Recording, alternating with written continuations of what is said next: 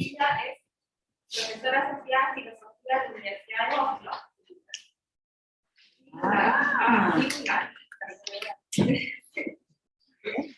Es doctora por la Australian National University, es autora del libro The Rise of Necessity, investigadora responsable de proyectos políticos, filósofos, estudiantes y dynamic. Así que muchas gracias, Alejandra, y te dejo para que nos presentes. Gracias por venir. Está el campus desierto, así que se agradece la presencia. El paper del que les voy a hablar hoy día está escrito en inglés, se llama Effective Disoccupation, así que hice lo que pude con la traducción. Si sale un poco de Spanish, mis perdones, pero pasa que cuando uno escribe y piensa las cosas en un idioma, al final no es tan fácil cambiar sin que sea la lengua materna. Este paper tiene que ver con un proyecto en el que estoy trabajando ahora que se llama Territorio Dinámico, que es financiado por el European Research Council, que es un proyecto de 5 años. Y la pregunta como macro de ese proyecto es cómo repensar los derechos territoriales cuando las condiciones que antes se daban como por predecibles y estables, como el clima, la geografía, el clima, la geografía, la demografía, están cambiando de maneras que son difíciles de predecir.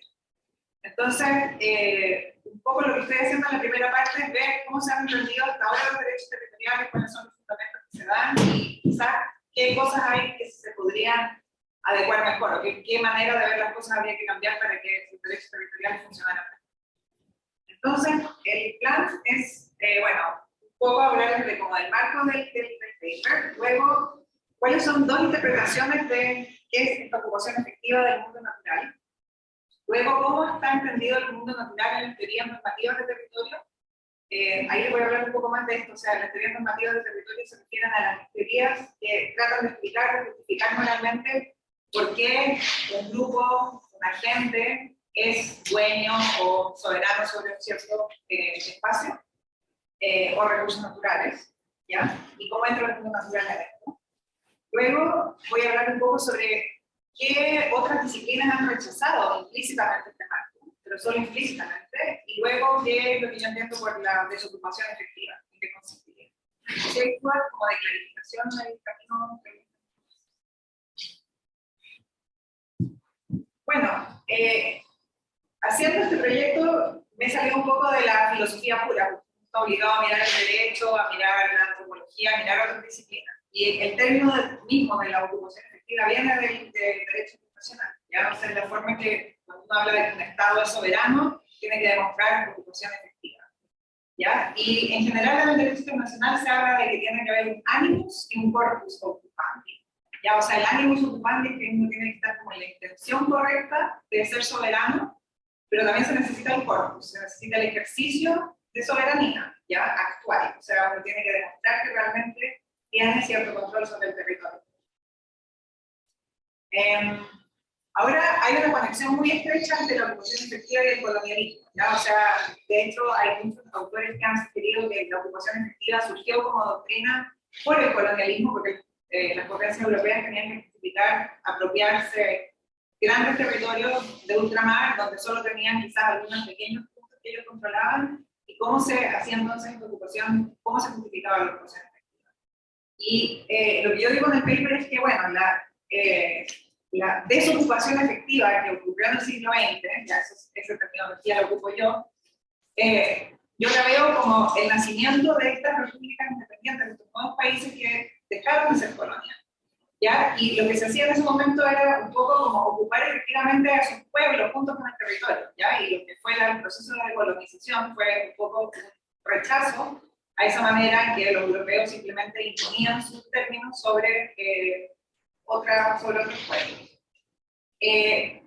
Pero al tiempo que surgió ese proceso de independización, también surgió la doctrina de soberanía permanente sobre los recursos naturales. ¿Ya? Y esto es lo que yo le digo un poco la ocupación efectiva del mundo natural. ¿Ya? A eso me refiero cuando hablo de ocupación efectiva. Le digo SPRN ahí para que sea más corto, porque probablemente ahora que estamos hablando se lo voy a decir nomás. Pero esta doctrina, básicamente, en una línea, lo que dice es que todos los pueblos pueden disponer libremente de su riqueza natural y recursos naturales para sus propios fines. Ahora, si uno ve el origen de esta doctrina, tiene todo el sentido del mundo. Fue en los años 60, los países que recién se independizaban necesitaban recursos económicos, necesitaban sentirse dueños de los recursos que hasta ese momento estaban explotando potencias extranjeras o compañías extranjeras. Y la forma de decir, bueno, vamos a ser independientes también económicamente, vamos a tener desarrollo económico, era establecer esta doctrina. Y esta doctrina, hasta hoy, no se ha puesto en disputa, básicamente. O sea, es la doctrina que rige para los estados. Y bueno, si uno se va más allá de la soberanía de los estados, yo creo que también hay ocupación efectiva en la forma en que entendemos nuestra relación con el mundo natural. ¿Por qué digo esto? Porque incluso cuando uno se va más allá de donde hay soberanía permanente, están los espacios, por ejemplo, como alta mar, o como el fondo marino, la Antártica en un caso gris, más discutible, pero ahí se habla de Common Heritage of Mankind, por ejemplo, o se habla de res comunes. Pero igual ahí lo que se entiende es que son los seres humanos los que son dueños de este territorio. ¿Ya? Entonces, yo creo que sigue habiendo una ocupación efectiva de alguna forma de la humanidad en su conjunto sobre el mundo natural. No es una ocupación de los estados, pero sí como de los seres humanos en su conjunto. Entonces, a ver, lo que me gustaría hacer ahora es un poco presentarles como una manera en que se ha visto cómo esta doctrina de soberanía permanente ha tenido como malos resultados y cómo se podría corregir. Leif Benard, que no sé si les suena el nombre o conocen su trabajo, que es un filósofo político y tiene un librajo que se llama Blood Oil. ¿Ya? Y en ese libro lo que Benard dice es que él básicamente está cuestionando lo que hacen las tecnocracias hoy día, que tienen estos, generalmente son países ricos en recursos naturales, principalmente petróleo, ahí es el nombre del libro. Y lo que sucede en esos países es que lo que es la riqueza de todo el país, de toda la gente, se va al bolsillo de unos pocos, ¿ya? Y para Benard lo que tiene que pasar ahí es que habría que suspender la compra, por ejemplo, desde esos países y hacer un fondo hasta que se restituya, hasta que haya una democracia, hasta que realmente la gente se pueda beneficiar. Entonces lo que dice Benard es que es un might makes right, ya como la doctrina de que la fuerza hace la razón, porque lo puse ahí, sobre los recursos naturales. Pero él interpreta como que el problema es que unos pocos se llevan lo que debería ser de todos los ciudadanos de ese país. ¿Ya? Ahora, el problema es interpretarlo así, yo creo. O sea, Benard cree firmemente en este principio, finalmente. Lo que él cree es que está mal, o sea, que en algunos casos se ejecuta muy mal. Es inadecuado desde un punto de vista ambiental. O sea, lo que yo creo, bueno, como buen heredero de Rawls, él ve entiende los países casi como cajas cerradas, como que no se incluyen mucho unos a otros. Y creo que no le da tanta importancia al problema de la interconexión, o sea, cómo los territorios se afectan mutuamente y lo que hace uno va a afectar al otro. Además de eso, a mí me parece que es inadecuado desde un punto de vista moral por ese antropocentrismo que está en el corazón de la propuesta. Pero de eso voy a hablar el resto de la charla, así que voy a decir más. Entonces, ¿cuál es la interpretación alternativa o la interpretación que yo quiero hacer? Es que a mí me parece que para que realmente se acabara con esta ocupación efectiva sobre el mundo natural, lo que habría que hacer es que tendríamos que desocupar, o sea, y para desocupar lo que tenemos que hacer es cuestionar la idea básica de que los seres humanos somos los dueños o los soberanos de todo el mundo natural por defecto. ¿Ya? Y eso es lo que a mí me parece que está en el corazón de todas las doctrinas, de todas las teorías hasta ahora de derechos territoriales.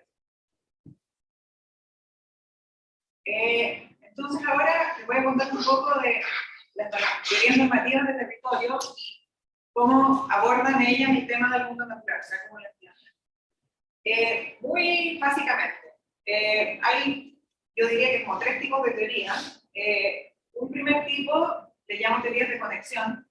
La idea aquí es que cuando uno justifica por qué Chile es de los chilenos, lo que hace es dar argumentos que muestran algunas conexiones importantes entre Chile y los chilenos. Uno dice, bueno, llevan mucho tiempo viviendo en el territorio, han formado el territorio de cierta manera, el territorio los ha formado a ellos, le han puesto valor, han agregado valor, etc. Hay un link, hay algún tipo de vínculo importante moralmente que se destaca, ¿ya? Y eso es lo que crea en el fondo el derecho sobre el territorio. Y en las teorías de conexión, ¿cómo se justifica esta ocupación del mundo natural? ¿Por qué se dice que es necesario tener control sobre los recursos naturales? Dos argumentos son que, bueno, es para satisfacer las necesidades básicas de la gente. O sea, obviamente uno necesita acceso al agua, acceso a comida, acceso a aire limpio, acceso a un espacio, a un lugar donde pararse. O sea, obviamente, quien sea soberano tiene que tener un cierto acceso, una cierta garantía de control sobre recursos, ¿ya? Y esa es una forma de garantizarlo. Otro argumento es que se necesita para la autodeterminación política, ¿ya? Y eso es un poco también referido al control. O sea, si uno no tiene ningún control sobre el territorio donde gobierna, difícilmente va a poder gobernar, ¿ya? Pero, obviamente, esto tiene límites. Entonces, las teorías de conexión reconocen que así como hoy día se entiende la doctrina de soberanía permanente, es un poco mucho. O sea, incluso si uno se pone muy generoso con la interpretación, no se puede justificar por completo, ¿ya? Y habría que reducir o limitar esa interpretación. O sea, por ejemplo, en el caso de minerales en el fondo marino, ya hay varios teóricos que dicen, bueno, en ese caso, ya, por convención, o sea, hoy día el derecho del mar dice que después de las 200 millas, y creo que es un poco más allá, la plataforma va a pertenecer al país que está en la costa, pero realmente eso es absolutamente arbitrario y debería ser patrimonio como de moneda, ¿ya? O debería distribuirse de otra forma. Entonces le tratan de poner límites a esta soberanía nacional. Ahora, otro tipo de teoría, que le llaman las teorías de función, aquí parten un poco al revés. Lo que dicen es que, o sea, el Estado, parten del Estado. Entonces, el Estado está ahí, tiene que cumplir con ciertas funciones, ¿ya? Tener la seguridad, tratar de darle bienestar a la gente, etcétera, etcétera. ¿Cómo lo hacemos? ¿Ya? Y para eso se necesitan recursos, ¿ya? Recursos naturales. Entonces, se justifica de esa manera que haya un cierto control, que haya una cierta soberanía, pero de nuevo, por ejemplo, lo que algunos de ellos dicen es que esto hay que tenerlo, administrarlo teniendo en cuenta principios de justicia ambiental, por ejemplo. Entonces, en el caso de recursos o hablemos más de ecosistemas, quizás, que son como críticos para el funcionamiento de sistemas terrestres, ya, o sea, si pensamos, por ejemplo, en el Amazonas, ya que está como distribuido en varios países, y uno dice, bueno, que pueden esos países hacer lo que se les ocurra. No, en realidad no, porque por justicia ambiental deberían, en el fondo, preocuparse de que ese lugar se preserva, porque es importante no solo para ellos, sino para el mundo completo, ¿ya? Entonces se ponen límites de esa forma. Por último, están las teorías cosmopolitas, que en realidad, bueno, no son exactamente teorías de territorio, pero si hay que aplicarlas al territorio, lo que van a decir, si se aplican a los recursos naturales, lo primero que dicen es que es arbitrario la forma en que están distribuidos y la forma en que los hemos dividido entre seres humanos, ¿ya? Y por eso hay que hacer una redistribución más o menos profunda. Ya hay distintos principios y distintas maneras para sugerir cómo se hace esa división. Pero lo que está en el centro son los seres humanos, ¿ya? O sea, los seres humanos son aquellos entre los que hay que dividir los recursos. En resumen, o sea, como el mensaje después de presentar esta teoría, lo que a mí me parece es que lo que estas teorías hacen es cuestionar cómo se dividen los recursos naturales entre los seres humanos, pero no que los recursos naturales se dividan entre los seres humanos, por defecto. Entonces, a mí me parece que ahí es donde está el vacío, o ahí me parece que es donde está el problema y que es lo que hay que pensar más, ¿ya? Y me parece que presuponen una superioridad cualitativa de los seres humanos sobre todo lo demás, ¿ya? Como que siempre el ser humano es el que está al centro y solamente los seres humanos. Y bueno, ahora pasando como a varios voy a dar varios ejemplos de disciplinas donde esto que le estoy diciendo no es ninguna novedad, porque muchos, o sea, ustedes se habrán dado cuenta, o sea, que esto de criticar el antropocentrismo no es que lo hayan escuchado por primera vez en esta charla, pero si uno ve, por ejemplo, cómo funciona la ecología, la ciencia de la evolución, está como más o menos claro que, bueno, los seres humanos somos una especie más, entre muchas otras, que tenemos como links estrechos con otras especies, que hemos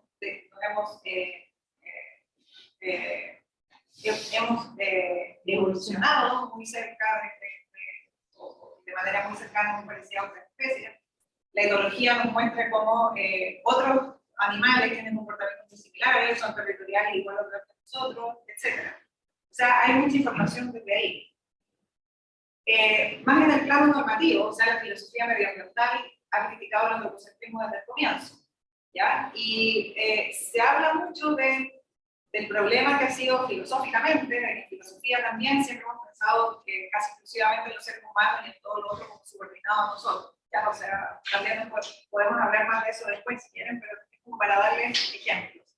Teoría política ambiental, lo mismo, se critica el antropocentrismo, humanidades ambientales, idem, derecho ambiental también. Aquí pienso en todos estos movimientos de derechos de la tierra o derechos de los ríos, o movimientos más chicos que están apareciendo en otros países donde se trata de dar personalidad jurídica a parques, sí, a ríos, a ecosistemas. Ya en todas estas disciplinas, en todas estas teorías, está implícito esta idea de que hay algo malo con pensar que los seres humanos podemos apropiarnos de todo lo demás, ¿ya? Pero a mí me parece que todavía está implícito, o sea, todavía, sí, el mensaje común es que hay que reemplazar este marco normativo antropocéntrico, ya por uno donde le demos valor en sí mismo, o respetemos a otro por su valor en sí mismo. Pero todavía me parece que no hay una aplicación de esto al ámbito del territorio, ya, y es como un parche importante porque al final, si pensamos derechos territoriales y los seguimos pensando solamente basados en los seres humanos, nos vamos a quedar siempre corto, me parece a mí, ¿ya? O al deber.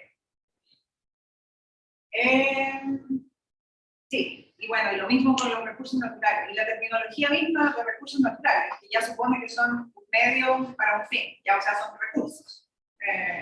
Nos habla del mundo natural, en realidad, se habla de recursos naturales. Entonces, ¿qué es esta desocupación efectiva? Bueno, a mí me parece que el título lo puse un poco para provocar, no me interesa tanto que se llame desocupación efectiva o no al final, pero un poco qué es lo que estoy pensando, cuál es la idea que tengo al final. Es decir, que hay que ir como en la dirección contraria a la ocupación efectiva. Y una cosa que me parece importante acá es lo que Richard Crowley llama ir contra las políticas de completa interferencia o de uso total. O sea, una cosa que a mí me parece que queda como abierta o posible de identificar en el marco que tenemos es que al final los seres humanos terminamos ocupándolo todo y usándolo todo. ¿Ya? Yo creo que una ética o un marco legal que parta desde la desocupación efectiva tiene que dejar espacio para decir, no, como que hay lugares donde los seres humanos no nos metemos, tratamos de no interferir, interferimos en lo mismo. Obviamente que esto es problemático porque hasta en la Antártica hay evidencia de que hay presencia humana, pero hay grados, ¿ya? O sea, ¿cómo hacerlo para dejar espacio donde dejamos que la naturaleza vaya sola, por decirlo así? Entonces, ¿qué sería este ánimos desocupantes? Si pensamos como en la intención, ¿cuál sería la intención de esta desocupación efectiva? Bueno, sería cambiar la actitud, ¿ya? Y a mí me parece que es importante cambiar el lenguaje también. O sea, creo que dejar de hablar de recursos naturales ya sería un avance gigantesco, ¿ya? O sea, dejar el vocabulario de recursos naturales y cambiarlo por mundo natural o quizás alguna otra manera de referirse a él, pero dejar de hablar de la naturaleza siempre como si fuera un instrumento para nosotros, ¿ya? Y en cuanto al corpus desocupandi, bueno, ¿cómo se podría ver esto en la ley? O sea, yo creo que habría que transitar a una custodia responsable hacia una soberanía permanente sobre los recursos, ¿ya? Yo entiendo esta desocupación de manera literal hasta cierto punto, ¿ya? O sea, creo, obviamente no podemos sacar a la gente, o sea, no estoy por lo que se llama, se conoce en inglés como la fortress conservation, que vamos a limitar a la gente porque quede la naturaleza sola. Pero sí me parece que tiene que haber un balance mucho más, sí, tiene que haber más balance, que un balance que hoy día no existe. Y en ese sentido sí creo que habría que dejar más espacio para, quizás con la ayuda de la ecología y de ciencias que saben como qué territorios necesitan ciertas especies, quizás habría que retroceder en ciertos espacios. Esto que se llama rewilding, por ejemplo, que se está haciendo en algunos lugares, que no sé cómo se traduce en castellano, para ser honesta, no tengo idea, silvestrar, no sé, como recuperar espacios que eran silvestres para que vuelvan a ser silvestres. Eso podría ser una manera, pero también creo que es más metafórico, en el sentido que es un cambio de mirada, ¿ya? O sea, es como cambiar la forma en que miramos la relación que tenemos con el territorio, con todo lo que hay en el territorio que no sea humano. Ahora, bueno, podemos hablar, tenía una sección completa de opciones en el paper que la dejé fuera aquí, pero no sé, se las voy a dejar a ustedes. Pero una pregunta obvia es como, bueno, ¿para qué tenemos que cambiar tanto el lenguaje o la estructura que tenemos? ¿Por qué no usamos la misma soberanía, los mismos derechos de propiedad, quizás como los que tenemos hoy, pero más acotados, ¿ya? O sea, ¿por qué no los segregamos? ¿Por qué no los limitamos? Esta discusión puede dar para largo, pero a mí en breve me parece que el lenguaje es muy importante y creo que el lenguaje de soberanía, el lenguaje de propiedad sobre el mundo natural está tan teñido de un cierto, sí, tono como de comando, de dominio, que es muy difícil quitárselo, a pesar de que uno diga vamos a restringir, vamos a quitar, vamos a limitar. Creo que es más fácil cambiar la palabra y cambiar la manera de pensar que tratar de reformar tanto que al final va a quedar como una copia irreconocible del original. Ya, y si es irrealizable, probablemente lo es. Aquí debo decir que hago filosofía política analítica y me gusta la teoría ideal, que no puedo negarlo, pero por muy ideal que sea, también creo que hay cambios que uno no, en el mismo derecho internacional ha habido cambios y ha habido evoluciones que uno no las puede pronosticar y no sería tan negativa y no sería tan pesimista respecto a esto.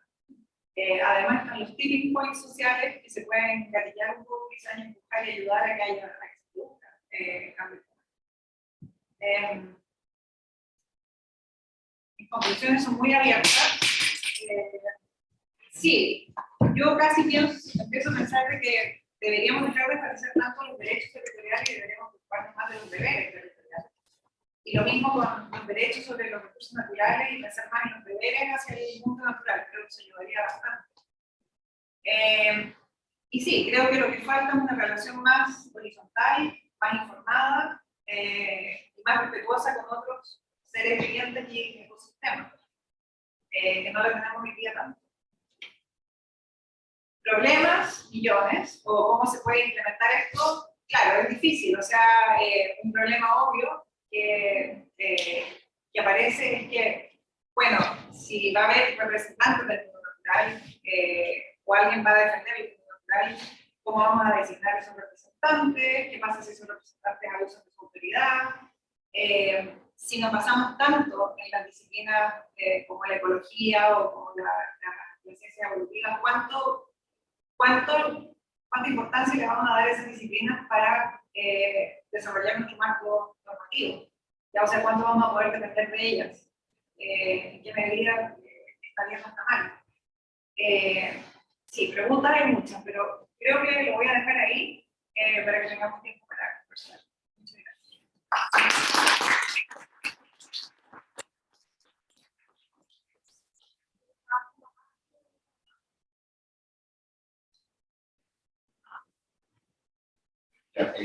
Muchas gracias, Alejandro, por tu presentación.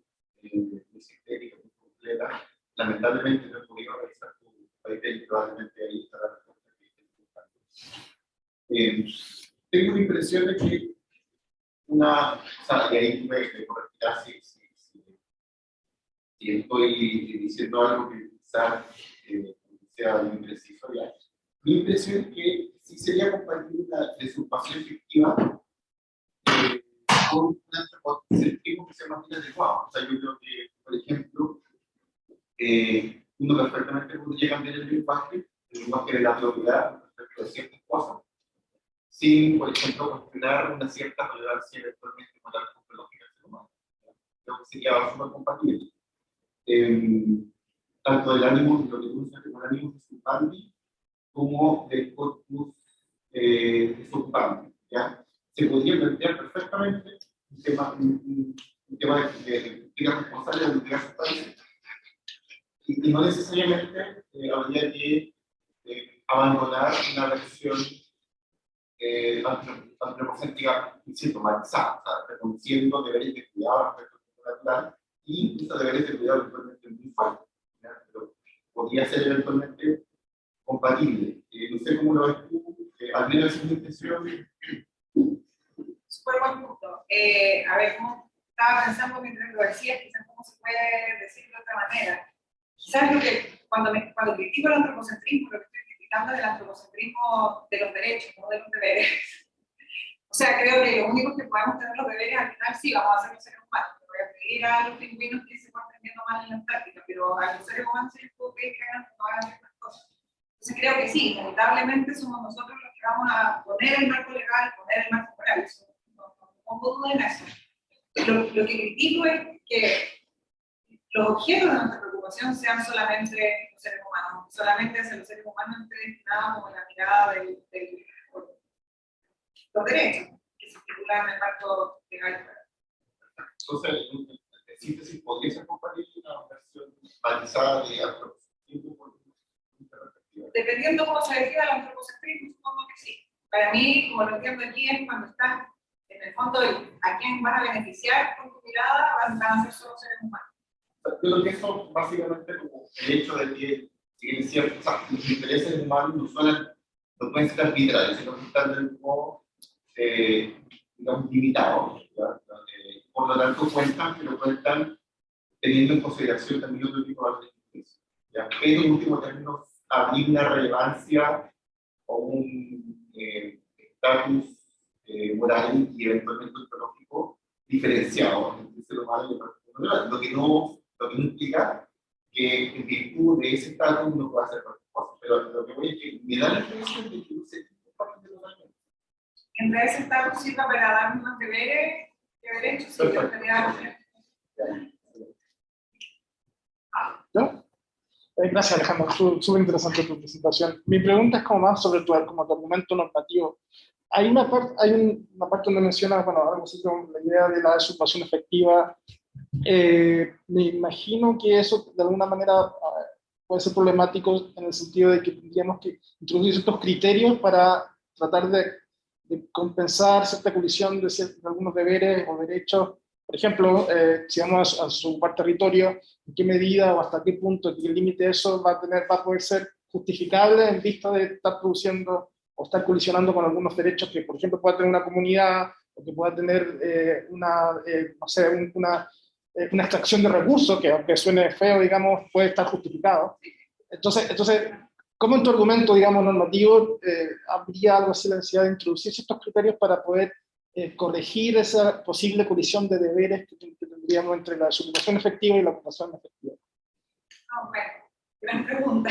La respuesta no sé si puede ir en un solo paper, pero un par de ideas de cómo resolver. O sea, una cosa que a mí me da como esperanza, que me la volvió a mencionar al final, es que en realidad el lenguaje de desocupación efectiva, que nos ha llamado así, es el lenguaje de muchos pueblos que no tenían nada que ver con el marco occidental tradicional, que nunca han visto que el mundo natural sea posible de apropiar o de controlar.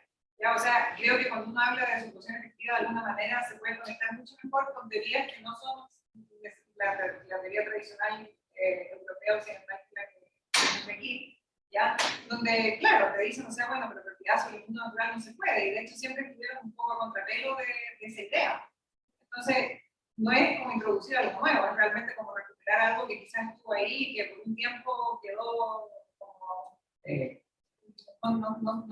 no lo dejaron hacer. Eso es una cosa. Pero bueno, obvio, o sea, yo no soy anti-extracción, para vivir tenemos que extraer, o sea, es una realidad. El asunto es que yo creo que tiene que cambiar, o sea, cuando uno piensa desde el marco de la soberanía permanente sobre los recursos, por defecto hay la posibilidad de explotar. Y si no quieres explotar, si quieres conservar o preservar, tienes que justificar por qué. Yo pienso que debería ser al revés. Ajá. Pienso que uno debería partir con la idea de que hay que preservar y conservar y justificar por qué tiene que explotar. Interesante, sí. Gracias.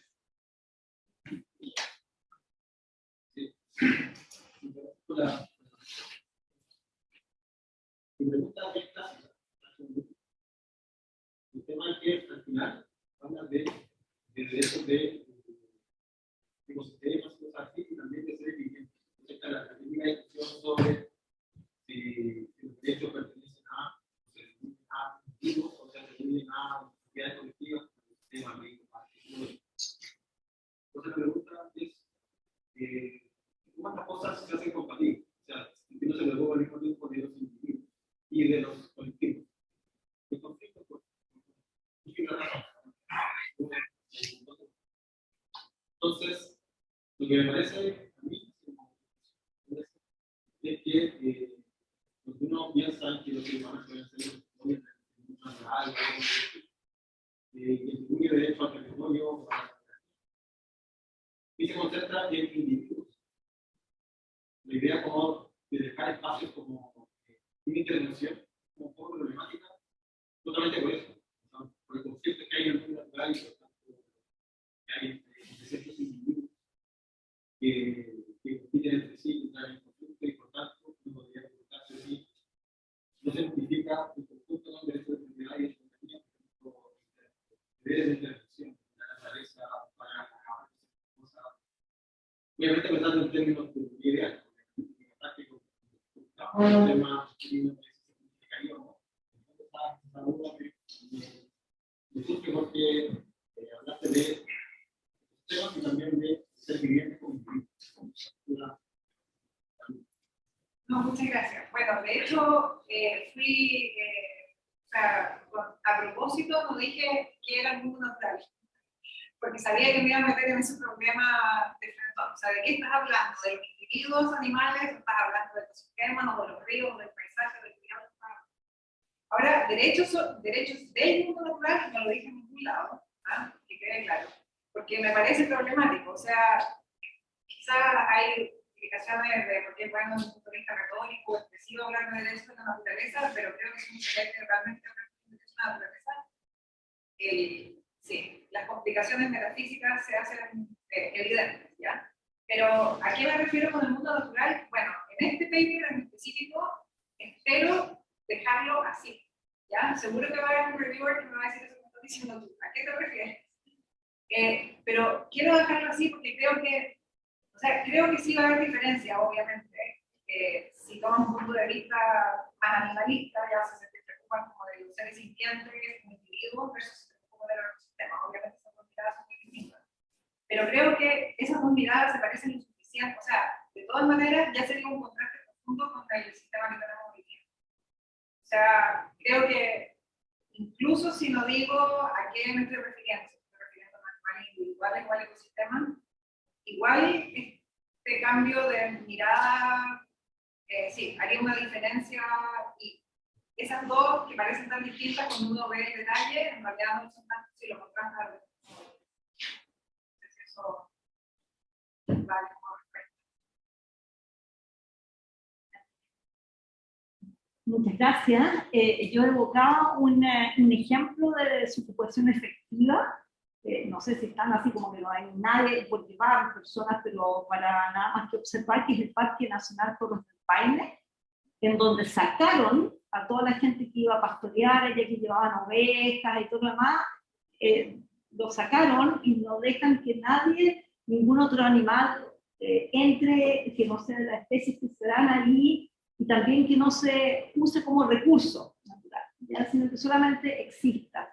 Entonces, hay como ejemplos en donde eso se da, y la pregunta que yo me formulo es cómo lo podemos poner como en términos positivos, de que no es un deber para las personas, sino que reviste un derecho moral a tener zonas con una desocupación efectiva. O sea que para que nosotros nos desarrollemos bien como personas, necesitamos de zonas de desocupación efectiva, que eventualmente, ¿cómo podemos convencer a la gente de eso en los tiempos modernos, en donde la gente no está dispuesta a involucionar eventualmente? Pero se podría eventualmente plantear de esa forma, como en términos positivos para la persona, más que solamente en la naturaleza. Bueno, gracias por la pregunta. O sea, tengo otro paper no voy a ver hoy día, pero están obviamente conectados con esto. De uno de ellos voy a hablar mañana, pero la idea, o sea, lo que están diciendo está presente, de hecho, ya. O sea, hay varias maneras de ponerlo, pero por ejemplo, el libro del biólogo Wilson, Hubbard, o sea, la idea de Wilson es que para beneficio propio, o sea, más allá del conocimiento científico, también es porque tenemos el deber de hacerlo moral, etcétera, pero por beneficio propio tenemos que conservar la mitad de la tierra, ¿ya? Y ahí él no habla de situación efectiva, pero un poco la idea es como dejar lugares que son para la naturaleza y otros que son para los seres humanos. Hay otra iniciativa política, 30 por 30 se llama, que la firmaron el año pasado Estados Unidos, China, también, de hasta al 2030 tener el 30% de la superficie terrestre de esos países desocupada. Bueno, desocupada, protegida en el fondo y como liderada para la naturaleza. Entonces ya existe un poco esa idea de que si no lo hacemos, o sea, el problema va a ser para nosotros, no es para los otros. O sea, más allá del respeto y de todo lo otro, algo, solamente por un asunto de interés de los seres humanos que requerimos hacer.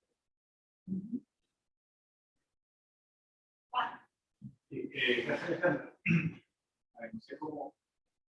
Yo empecé a escuchar si el propósito real de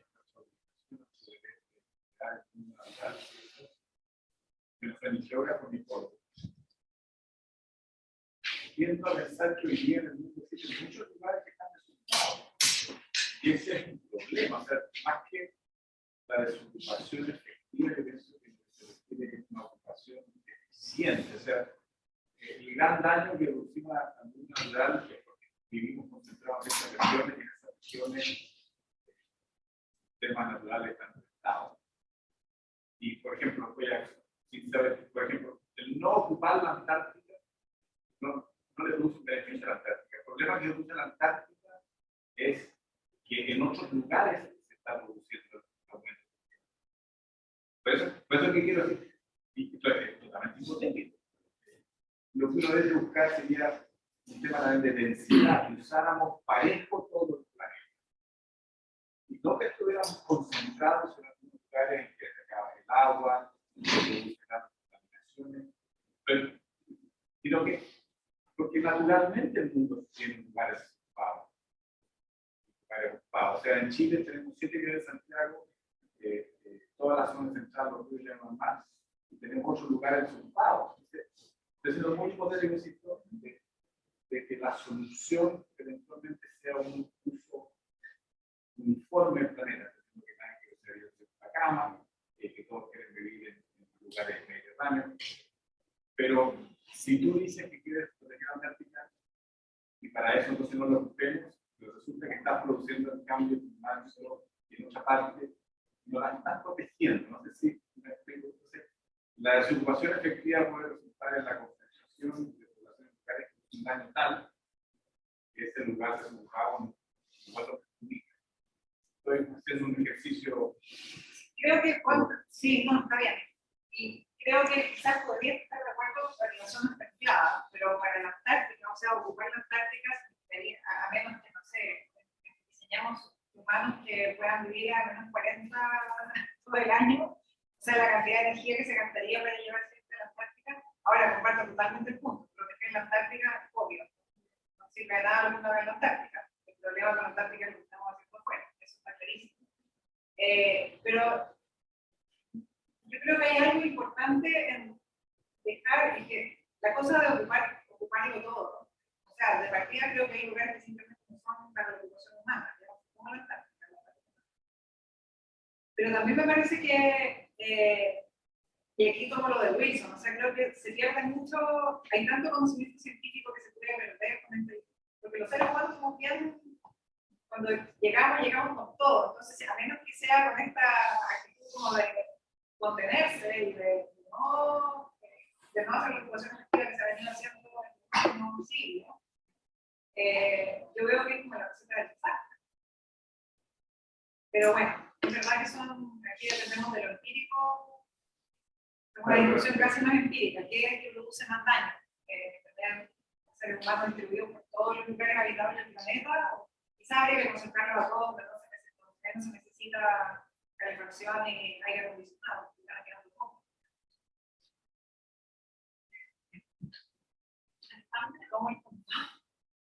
Gracias. Gracias por la presentación súper interesante. Todavía me sigue dando vuelta la idea del antropocentrismo, del cuestionamiento que estás planteando. Pero me quedo con la sensación de que, comparado con una visión ancestral indígena respecto del mundo natural y la incapacidad de poseerlo, se mantiene en todo el planteamiento siempre dentro de un antropocentrismo que tiene que ver con el hombre y su relación, la humanidad y su relación con el planeta. Y vuelvo a la definición del mundo natural, porque incluso en el deber de cuidado o en el de custodia responsable del mundo natural, sigue siendo un factor central lo que las personas decidan o atribuyan como responsable. O sea, todo está puesto en la acción humana.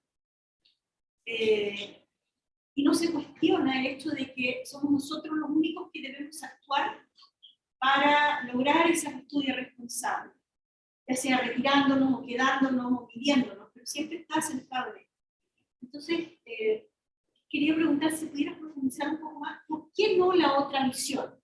¿Por qué no el cuestionamiento de este rol central del hombre en términos a la posesión o a su rol con el mundo natural? No sé si has trabajado más de eso. A ver, no sé si entendí la pregunta, o sea, lo que estás diciendo es por qué solo nosotros nos vemos como agentes en este proceso de cambio. De lo que yo entendí en tu planteamiento, pasar de la soberanía permanente a la custodia responsable sigue siendo una decisión de acción humana. ¿Y de quién más podría ser? La pregunta es, cuando existen estos otros planteamientos, donde es imposible poseerlo, y por lo tanto puede haber un deber de cuidado, pero hay una forma distinta de relacionarse, me queda la duda de si has explorado esa otra dimensión. Siento que te quedaste como, y con toda razón, porque hay un montón de temas acá, pero si has pensado, explorado, cuestionar ese elemento base de cómo me relaciono. Porque una cosa es que yo tengo que cuidarla, y otra cosa es que yo soy cuidado por la tierra, por ejemplo. Si has explorado en esa otra línea. Yo de verdad no creo que la tierra me pueda cuidar, así literalmente yo la puedo cuidar a ella. O sea, yo voy a ser la que va a hacer el marco legal y moral para decidir.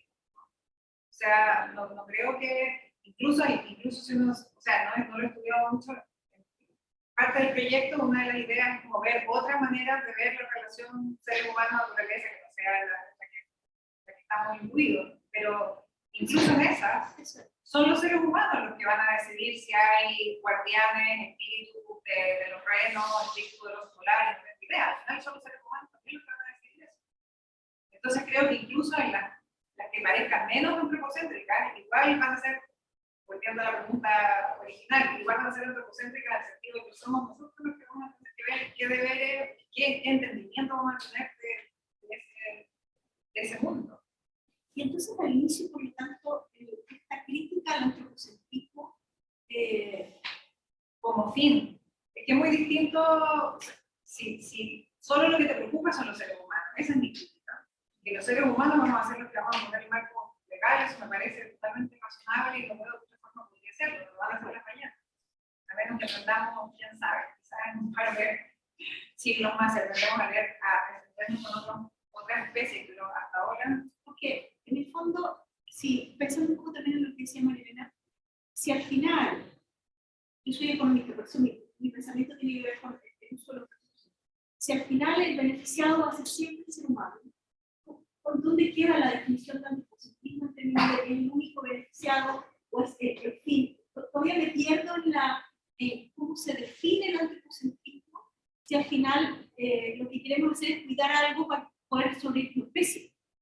O sea, es muy simple, si piensas en un marco moral donde lo único que tiene importancia en sí mismo son los seres humanos, eso no.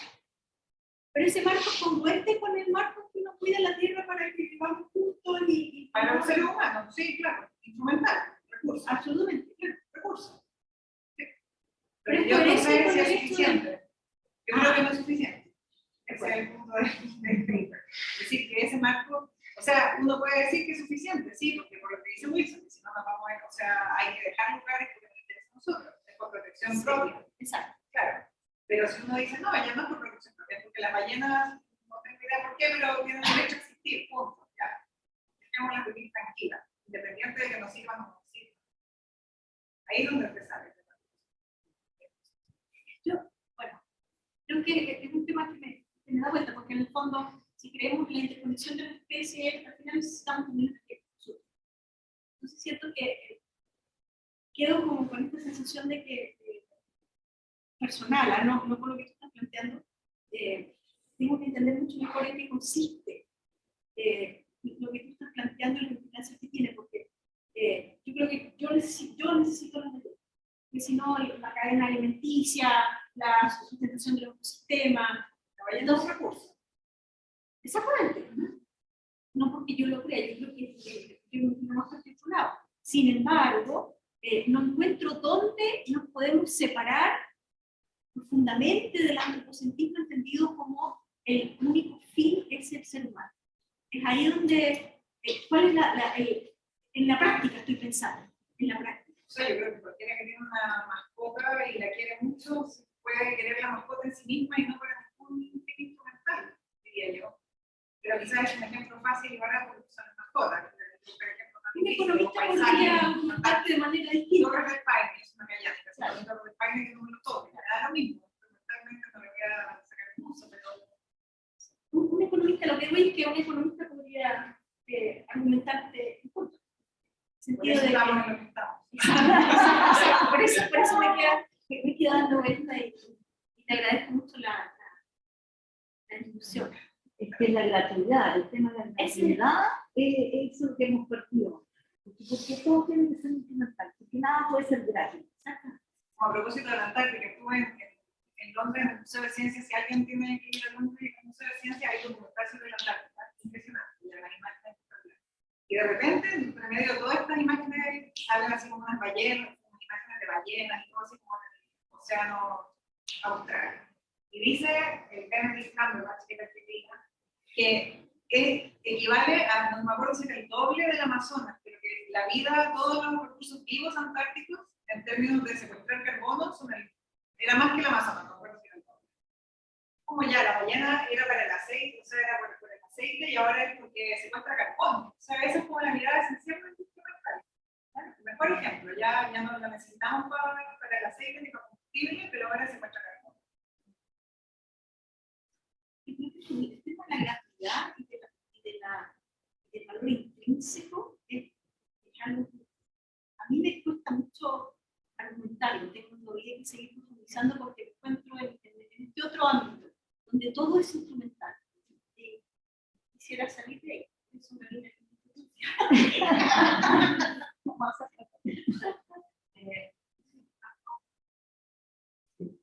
Sí, son tres puntos. Primero, un follow-up a lo que está diciendo Alejandro y lo que decía Fernando.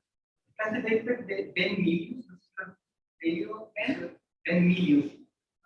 Tres tipos de antropocentrismo, donde distingue tres tipos de antropocentrismo, uno de los cuales es descriptivo, otro es perceptivo y uno que es normativo. Y el tuyo, como todos los que hacemos ética aplicada, filosofía política normativa, está hablando de elementos sí, lo que estaba intentando defender es una forma de no antropocentrismo normativo, que aclararía, digamos, parte de esta discusión, aunque uno dentro de la disciplina asume ya que esa es la forma de la que estamos hablando, de una manera distinta de conducir, de una manera distinta de gobernarte.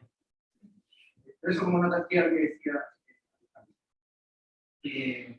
Y también la confusión parte de que creo que es muy generosa con el comentario María Elena, de conceder demasiado la posibilidad de avanzar en derechos de los seres humanos para derechos que fundamentarían la acción de desocupar en un espacio terrestre, ¿no? Porque eso es demasiado antropocéntrico. Nos desocupamos justamente para los seres humanos y eso no es consistente con una forma de antropocentrismo normativo súper fuerte que creo que está. Pero la cuestión son dudas genuinas, porque el trabajo lo hemos conversado con esto, ¿cierto? Pero lo primero tiene que ver con, mencionaste el pasar del colonialismo, ocupación y colonialismo. En el paper final, en el que está en review o lo has pensado ahora más adelante, ¿hay algún análisis de las responsabilidades diferenciadas a propósito de desocupar ciertos territorios? Porque eso creo que sería súper relevante a la hora de conectar esto más fuertemente con la pregunta del colonialismo, del postcolonialismo, etc. Y me parece que las responsabilidades de Francia son bien distintas a las responsabilidades que tendría Chile, sin embargo Chile tiene, bueno, no, de la otros estamos, sí. Pero sin embargo Samoa tiene responsabilidades también, ¿cierto? Entonces tal vez ese contraste puede ser interesante. No sé si va a ser digamos, pero algo que es una pregunta importante, creo, si vamos a defender un principio de designación efectiva. La pregunta por la temporalidad, es una pregunta más especulativa, pero todas las veces dijiste y con razón, ¿no es cierto?, que es un trabajo que sería ideal, que te interesa la teoría ideal, y sin embargo, los dos principios que mencionan me parece que funcionan en planos distintos. Una teoría ideal y otra teoría no ideal. Estoy pensando en el ánimo disocupante. ¿Qué rol cumple en teoría ideal el ánimo disocupante? Uno pensaría que casi ninguno, digamos, o ninguno.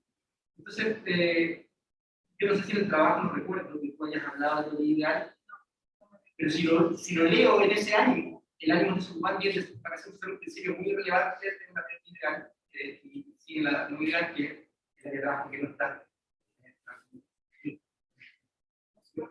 O sea, es muy bueno cumplir la responsabilidad diferencial. No la menciono, no la puedo desarrollar, pero al menos debería decirlo. Yo creo que sí, una nota al pie al menos, y me parece que es importante, pero no. Parece injusto. No, ideal, por lo mismo, tampoco lo digo. O sea, creo que es como obvio que no se termina el paper, pero tampoco me meto ahí. Y esta es una conexión con este otro punto, el tema de la temporalidad. Porque el ánimo desocupante me parece ser un principio muy laxo, muy liviano, sobre todo en términos de temporalidad, dada la crisis climática y ambiental. Uno pensaría que en realidad el ánimo desocupante es un principio demasiado liviano, digamos, para el contexto en que estamos. Entonces, tal vez también hay que precisar la temporalidad de ese ánimo desocupante, porque no lo puedo quedar el ánimo desocupante, tengo que igual tengo que entrar directamente en el desocupante. La desoccupación. Ya, no, eso, bueno, también es un poco como se enamora de las palabras, o sea, se enamora como de la idea, entonces ya hacemos desoccupación efectiva y ya hay que chori, como siempre se llama ánimo, seguro se llama, o sea, ánimos ocupantes, que se llama ánimos desocupantes, no sé si lo necesito tanto en realidad, pero sí creo, o sea, no creo que haya nada del ánimo desocupante que impida que sea rápido o lento o más, no, o sea, porque en el fondo se refiere a la intención. Y si uno tiene la intención de que estamos ante una crisis y que hay que ponerle, no sé, que hay que hacer algo urgente. Aquí estoy pensando en las minas de carbón, el proyecto en Chile, por ejemplo. El ánimo desocupante existe, está ahí, pero es a no sé cuántos años. Lo que necesitaríamos es ese ánimo que dejara de ser un ánimo desocupante para aportar el corpus en un periodo de tiempo más agotado. Claro, se podría, claro, sí, uno podría decir, no, eso no vale por ánimo desocupante, porque para realmente serlo debería ser mucho más. Claro, yo voy a cumplir con Wilson, pero en 500 años. No, pero ahí se puede hacer una división de la labor. Una cuestión es cómo justificamos ese principio en este sentido, pero otra también cómo esos principios se expresan institucionalmente, donde ahí podéis poner la ahí entra el corpus. Entonces ahí la expresión institucional deja de ser ahí en su afán, se transforma en corpus. Cuando hay expresión institucional. Entonces yo creo que esa me parece apropiado que existe un ánimo y un corpus, pero tiene que haber un espacio temporal que está más acotado, entrando ya en el área de teoría ideal, de discusión. Quizá otra cosa que tenía en mente con el ánimo es también como evocar este cambio de actitud, como que meter un poco como cuál es la actitud necesaria para que esto pase. Y ahí también, porque no tiene tanto que ver con lo temporal, sino también como, claro, obviamente, o sea, si hacemos el switch más rápido, más gente va a influir, pero...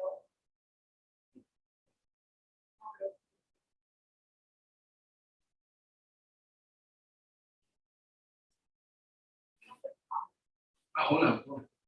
Sí, algunas de las preguntas que tenía ya pasaron, digo, no las puedo replantear, porque se repetido. Pero quería preguntarle, yo no soy de filosofía y apenas me he acercado con la vida de algún compañero profesor de dicha facultad, algunos temas de ética aplicada y cosas así. Pero yo tengo la impresión que en el proyecto de la Constitución hay un giro territorial bien interesante a propósito de lo que usted está exponiendo y conversando. También hay un giro respecto de lo que allí se llaman derechos de la naturaleza, porque pareciera ser que la palabra podría ser poco feliz. Y entonces lo que le quería preguntar es si usted cree o piensa o ve que en ese giro que hay en este documento puede haber algún plano de apoyo para futuras formas de desocupación. Yo entiendo que entre las cuestiones territoriales que allí se están discutiendo es la soberanía, digamos, de ciertos pueblos sobre espacios que fueron conquistados, capturados, involucrados, digamos, en la producción económica, y que hoy día lo que se estaría buscando es devolver, ¿ya?, entre comillas, soberanía a los pueblos originarios, de ciertos espacios, incluyendo los marinos costeros que están en el texto, pero que vienen del Purimán. Entonces, quisiera saber si a su modo usted piensa que hay una plataforma para quizás en el futuro poder desarrollar alguna forma de situación textil. En el sentido que además estos pueblos originarios si bien en una relación con la naturaleza internacional, que no es ni la de soberanía en el sentido clásico económico, ¿ya?, ni es la de custodio responsable, aunque lo es en parte, pero es sobre todo de convivencia responsable, es decir, una forma de acercamiento y de transformación que están acorde a los ritmos de la naturaleza, que no se produce lo que produce quizás nuestra forma de producción más clásica. Y lo último que quisiera decir, que es algo que me vino a mi expresada, pero a mí me cuesta mucho imaginar que haya algo en la naturaleza que no sea de utilidad en el sentido de la sobrevivencia de la especie humana. O sea, sí, las ballenas que en el pasado, claro, los japoneses la capturan por comercio, ¿ya?, pero hoy día efectivamente tienen un control en la captura de carbono y en otras funciones que quizás ni siquiera conocemos. Entonces, quizás allí haya algo que esté entre estos llamados derechos de la naturaleza y casi unos derechos por la urgencia de la sobrevivencia de la raza humana. O sea, si no frenamos, si no hacemos o tomamos acciones un poquito más activas, probablemente vamos a en algún momento tener que trasladarnos a lugares más amigables para poder vivir, pero quizás en una versión de más largo plazo ya no vamos a poder vivir en el planeta, porque si esto está exagerando un poco. Pero entonces, me imagino que la desocupación efectiva puede ser una cuestión intermedia, ¿no? Esa propuesta de alguien que decía 50% para la naturaleza, 50% para la especie humana, no la veo plausible. Pero quizá, siguiendo la idea de que tal vez hay lugares donde no vamos a estar, podríamos estar por un tiempo largo, quizás haya que buscar esas formas más amigables de ser, entendiendo que luego por todo plantear una me parece como el año 48, 50, ética de la tierra, quizá la mala traducción de ética biótica en lugar de bioética, no sé. Entonces, hay varios temas que quizás aquí nos pueden abrir algún camino alternativo que no sea necesariamente la desocupación, entendiéndola como un lugar donde no vamos a interferir. Yo creo que puede haber formas de intervención que no pongan en jaque los libros de los sistemas naturales. Pido disculpas si estoy fuera de tiempo o fuera de lugar. Pero lo primero, no por la publicidad, pero la primera pregunta será respondida mañana en otra charla. No, en serio, que se trata sobre la Constitución y los derechos de la naturaleza, pero se refiere más a otro paper que se llama de ecoregiones, o sea, en las ecoregiones, porque hay que pasar de la soberanía a la custodia responsable. Ya por un poco lo mismo, o sea, como que idea, pero más referida como al caso específico de la ecoregión.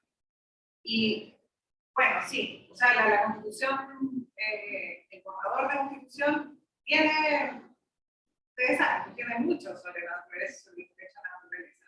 Y por lo poco que vi, habla de la custodia del Estado y los deberes de custodia del Estado, o sea, uno diría, wow, van bien. Obviamente, todo dentro del marco en el que se mueven los estados, o sea, obviamente la Constitución está diciendo que tenemos que dejar la soberanía y pasar a estos modelos, ¿no? Pero yo creo, o sea, que al menos en lo que se refiere a derechos de la naturaleza, por ponerle el nombre, sí, o sea, hay mucho ahí que uno podría tomar y ocupar en beneficio de la naturaleza.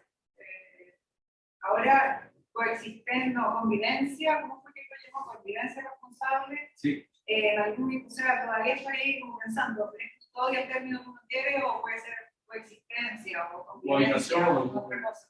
Sí, o sea, eso es un poco lo que decía antes también, o sea, eso no hay nada, no hay ninguna sorpresa para un montón de otras culturas, o sea, una sorpresa para nosotros que estamos trabajando con un determinado modelo. Entonces, sí, obvio que sería muy fácil de integrar porque sale como natural. Ahora, lo último era si hay que, o sea, que todo el recurso, en el fondo, todo tiene que estar Es difícil imaginar que la naturaleza no pueda ser tomada como una manera de contribuir a la vida humana. O sea, no, y está bien, y yo no creo que sean excluyentes. El problema es cuando solo se ve como un recurso. Esa es mi idea, no que sea un recurso. También el recurso humano no significa que no vea todos ustedes como medios participantes. O sea, solo por eso. Direcciones de personas. Sí. No, verdad, no. En general, la coreografía cambia.